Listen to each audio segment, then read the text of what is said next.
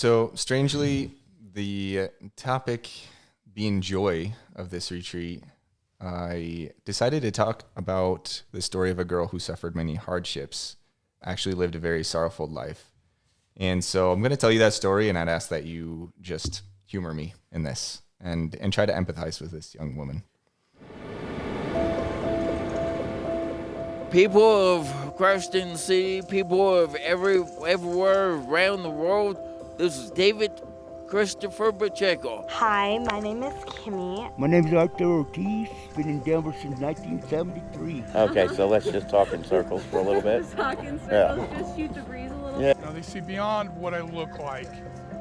They see what my actions are and say, hey, that is a good person. A lot of people say home is where the heart is, but my heart's in many places. It's just I don't know where home is. Welcome back to Homeless But Human. Here with you again, I'm Blake. Hey everyone, it's also Shayla. And we are very thrilled this Advent season to present to you one of our formators, one of our Sodalit brothers, Jeff Ruskamp. Jeff, welcome back to the podcast. Great to be here, Blake. Thanks. Jeff is a veteran podcast recorder with us. He's a veteran. He's actually one of the originals from day one. I think for our first 2 episodes, Jeff was on of the podcast. And I'm really excited for this one. We're actually doing something a little bit different with podcast this time around with Jeff. So what a lot of people don't quite realize from the start at Christ in the City is that it's actually first and foremost a missionary formation program. So all the missionaries that are here in Denver and in Philadelphia get formation year round to better form them in life skills, in the faith, and really just to form them into better humans for the rest of their life. Yeah, saints, right? We're trying to become saints. So the formators have a very integral part in that formation. They get to walk with the missionaries all year long. And Jeff actually recently gave a sort of talk at one of the missionary retreats. It was a day of reflection that the missionaries were having. And Jeff gave this retreat talk that he's going to give a brief overview today for podcast because it was one of our missionaries' favorites from the weekend. Heard so many people came back and were like, wow, I'm still contemplating and getting wrecked by Jeff's talk. And I was, we're not trying to wreck people with this, but a good wreckage of just our expectations and a new way to view our faith and, our Catholic identity. So no, this is the point of this podcast, is to share with all of you what our missionaries receive and the stories that we're so blessed with. And this is one that we just desire and desperately need to share with you because the reviews were so good. Yeah. Jeff, did you expect good reviews going into this one? I got some pretty good feedback. I always bounce ideas off other formators and get a little confidence booster, but also make sure I'm not going to say anything stupid. So absolutely. Feedback going in. So they helped me out a lot. Say something stupid? Yeah, We've never done that. A fact that needs to be brought up a lot in talks, right? You need some honest feedback before you give it. Well, good. Exactly. And I think you guys are really going to like the topic of this one because it takes a different approach to the joyful mysteries. So we're just going to let Jeff take it away, and he's going to give the talk, and then we can kind of discuss it after he's gone through the mysteries. Take it away, Jeff. Thank you, Shayla. So strangely, the topic being joy of this retreat, I decided to talk about the story of a girl who suffered many hardships, actually lived a very sorrowful life. And so I'm going to tell you that story, and I'd ask that you just humor me in this and try to empathize with this young woman. She was of humble origins. She became pregnant very young, outside wedlock. It was an unexpected pregnancy. And it gets worse. She was engaged, and her fiance was not the father. You can imagine the shame and judgment that this would bring. She would never be viewed the same by family, friends, and especially by her fiance. What justification could she possibly give him? And the most unfair part of this story is that she actually had the best explanation in the world. She was impregnated by God himself. Who is going to believe such a ridiculous story? She was either a terrible liar or delusional. And Quite frankly, it sounds like some of the stories we hear on the streets. So she's stuck in a pretty complicated situation. God's timing is perfect, right? Like he could have waited until she was just married. You can imagine her crying out to God, "Why me? What confusion, shame, and fear. What a miserable life." But she went through the pregnancy, and she loved her son deeply. Even if the pregnancy was unexpected, she gave up her entire life, all her plans and dreams for him. And she got the reassurance of another miracle to comfort her. Her very old cousin had miraculously conceived a child, and surely there she would have the comfort of being known, understood, and loved. But just one detail: they aren't exactly neighbors. To see her requires a trip of about 100 miles and a 1,300 feet elevation gain, a week's journey.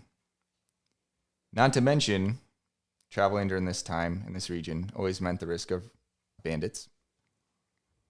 Not to mention she had just become pregnant, going through all kinds of bodily hormonal changes. And who knows what level of morning sickness she was dealing with. You can imagine the caravan stopping for a couple times a day so that she might hurl up her breakfast. You can imagine that any of the isolation that she was already experiencing was probably multiplied by 10 because of her emotional state. What a miserable way to start your pregnancy.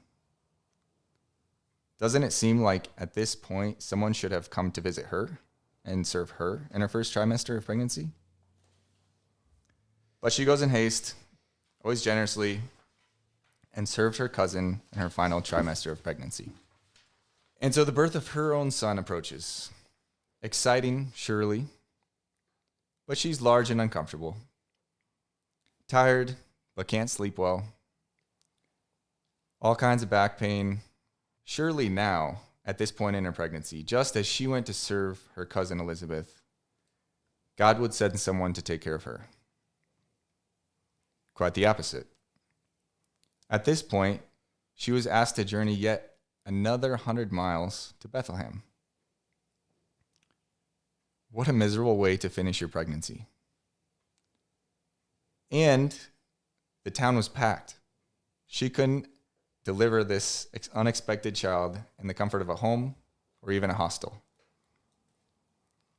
but gave birth outside in the cold in a dirty cave fit for donkeys.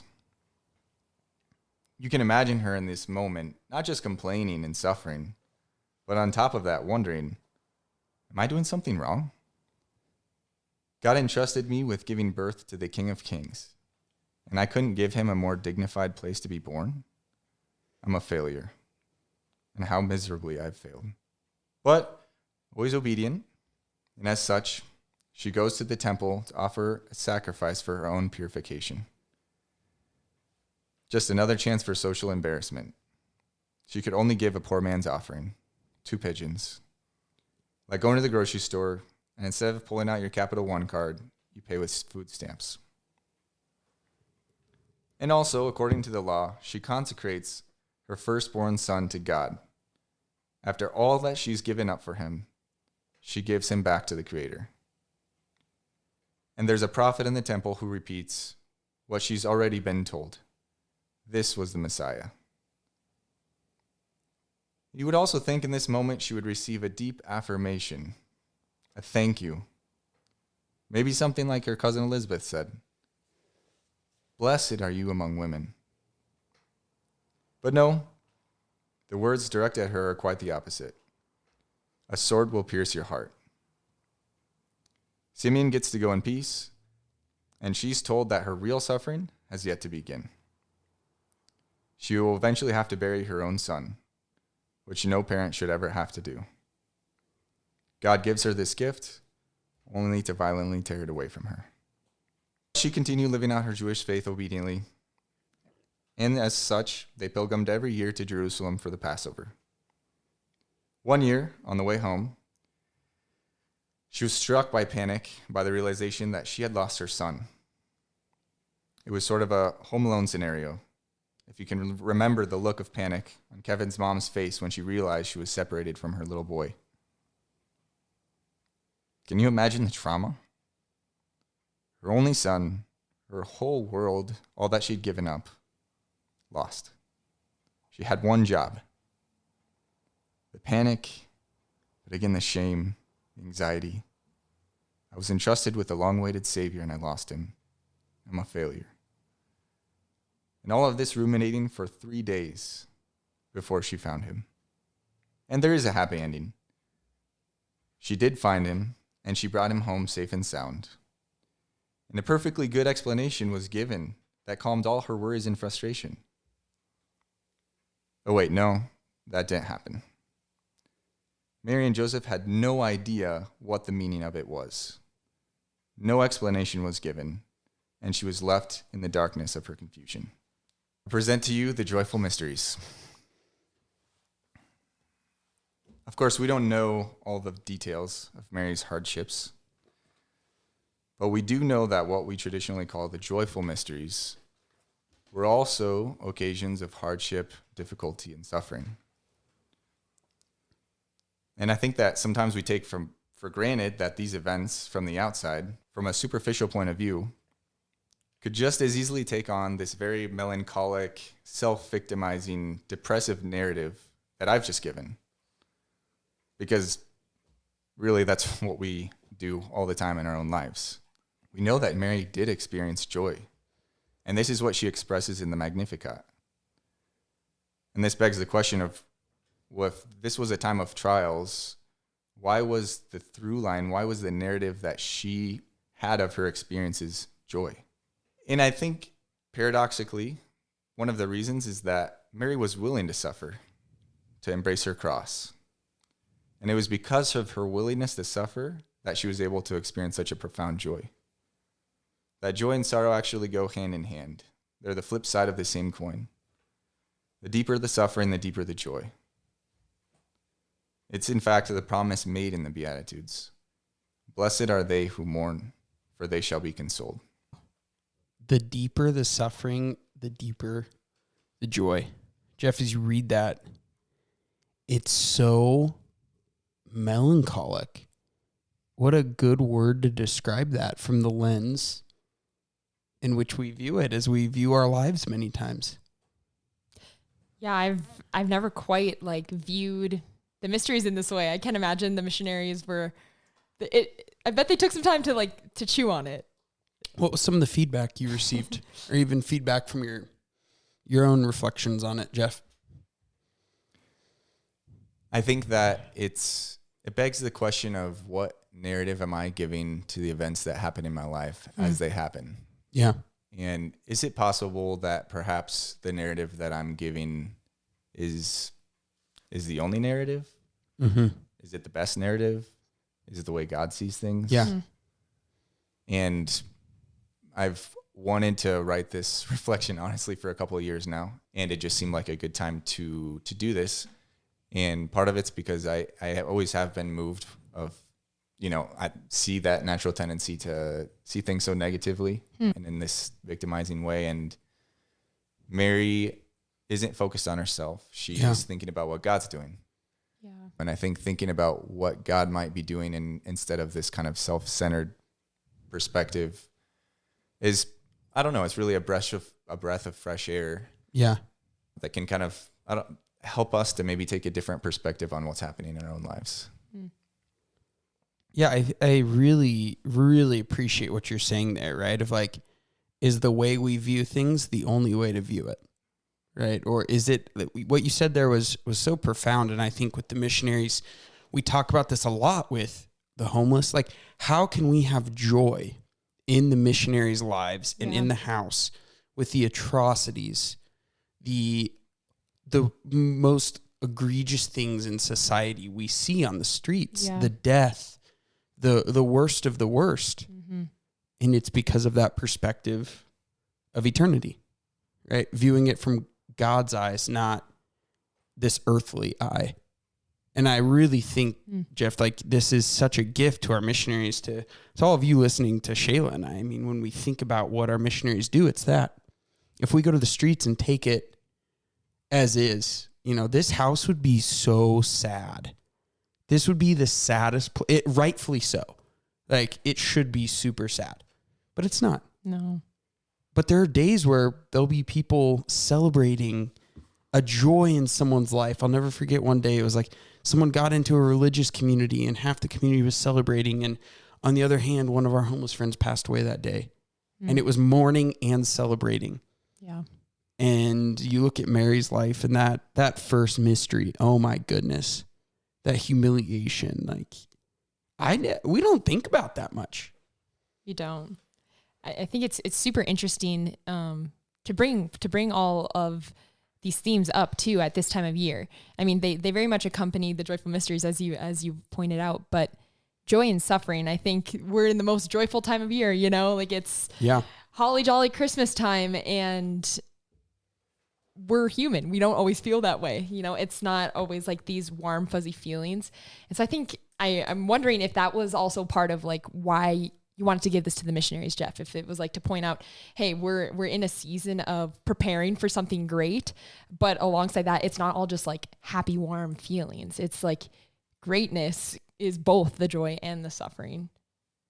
I might have just answered that for you, but I don't know if you want to talk on that a little bit too.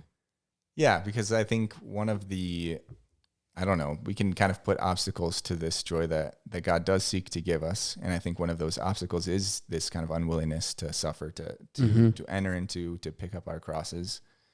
And it's hard to, but strangely, once we do lean into that suffering, once we do pick up our cross, once we do, it seems unbearable until we actually embrace it.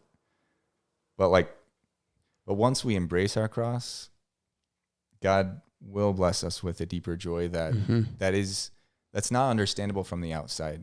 And I think it's comparable to the analogy that we use when we talk about stained glass windows, where it's a totally different story when you're inside the church than out. Like, once you embrace your cross from the inside, it might seem strange to others, but your cross perhaps isn't as heavy as you thought it was going to be.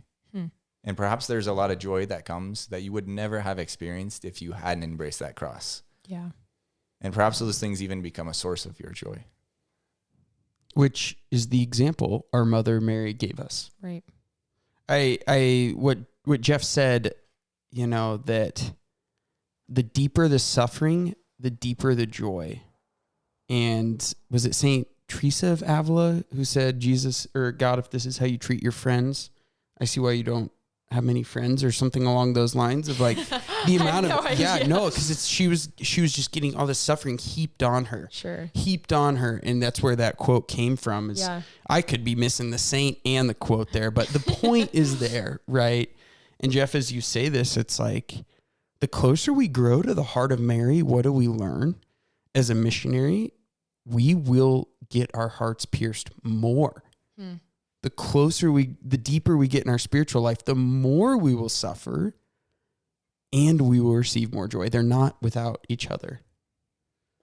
It's super interesting because I think you're hitting on a very key part of what this program is like we are helping to form missionaries and to form our volunteers and our listeners to be willing to enter into like the suffering of others, the dirtiness, the ugliness of others, but also not just like doing that just for the sake of entering into it, but for the sake of like something greater, for the sake of joy and for the sake of the other person, because they're worth that love. And I just think it's super profound that you bring this up in the middle of the year for the missionaries too. And like, this is hopefully can help boost them for the rest of the year as well. I'm wondering, Jeff, I have a question for you for our listeners that have decided to listen today.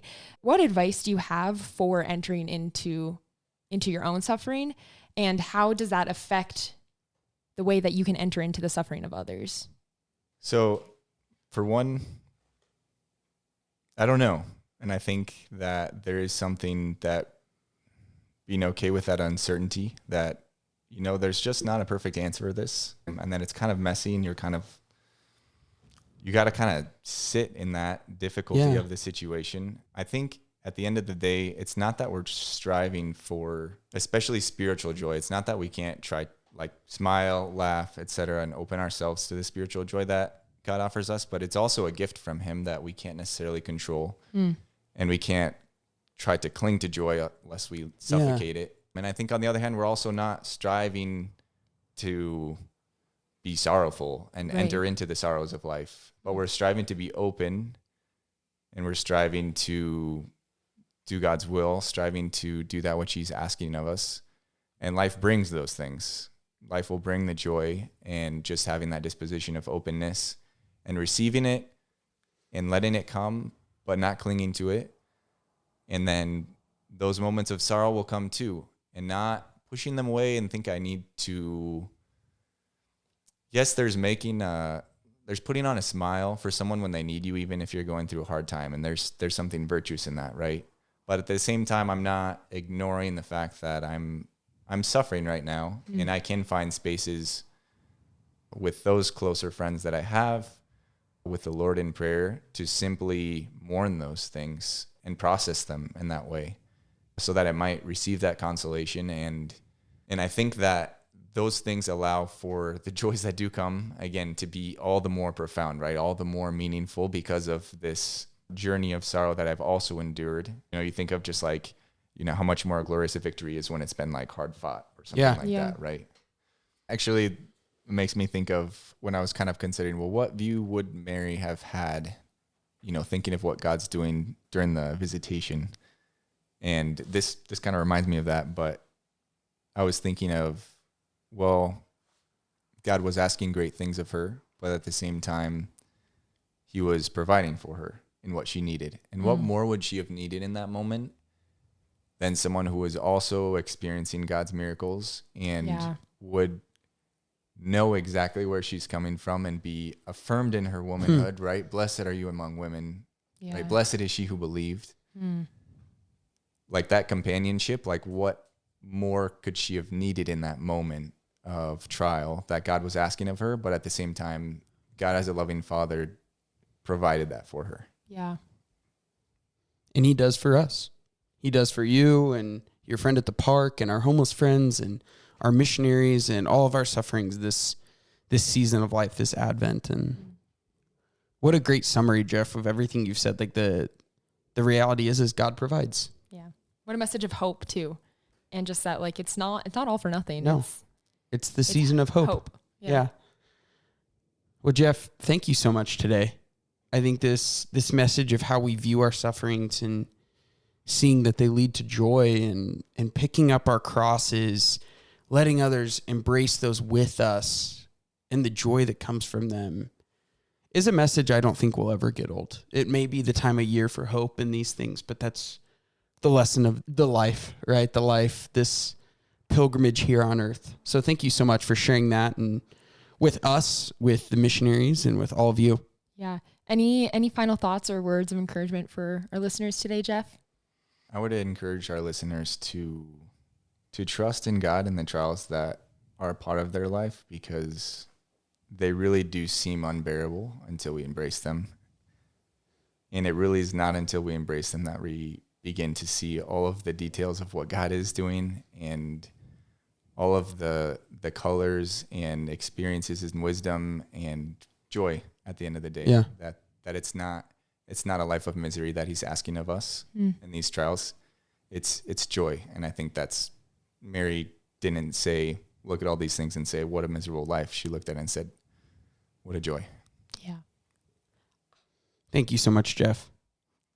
Well, God bless you all. And thank you so much for listening. Thank you so much, Jeff, for being on here. And thank you for your support. And we are so glad to be able to share with you this insight into missionary life. God bless. See ya. Mother Teresa, one of our patrons, would say, if I look at the masses, I will not act. If I look at the one, I will. Because of these one-on-one encounters, because of people like you stepping out of your comfort zone, this mission is spreading. This mission is making its way into parishes, schools, seminaries, and communities nationwide. We have families making care kits for the homeless, college students coming on week-long mission trips and then going back on fire to serve the poor in their cities, seminarians and small groups across the country doing Christ in the City style street ministry. This mission is becoming a national and worldwide endeavor, and we're so happy you're here. For even more in-depth Christ in the City training, videos, and interviews with the homeless, we invite you to join our known and loved monthly giving community. This is one of the most impactful ways you can join us in this mission. Visit christinthecity.org and make a monthly gift today to join our known and loved community and receive a special Christ in the City gift. Imagine with me for a moment if every homeless person had one friend who cared about them. What a difference that would make in the world. And what if that one friend is you? You can listen to this podcast on iTunes, Spotify, podcast platforms. And do us a favor and go hit subscribe and leave us a review. God bless you.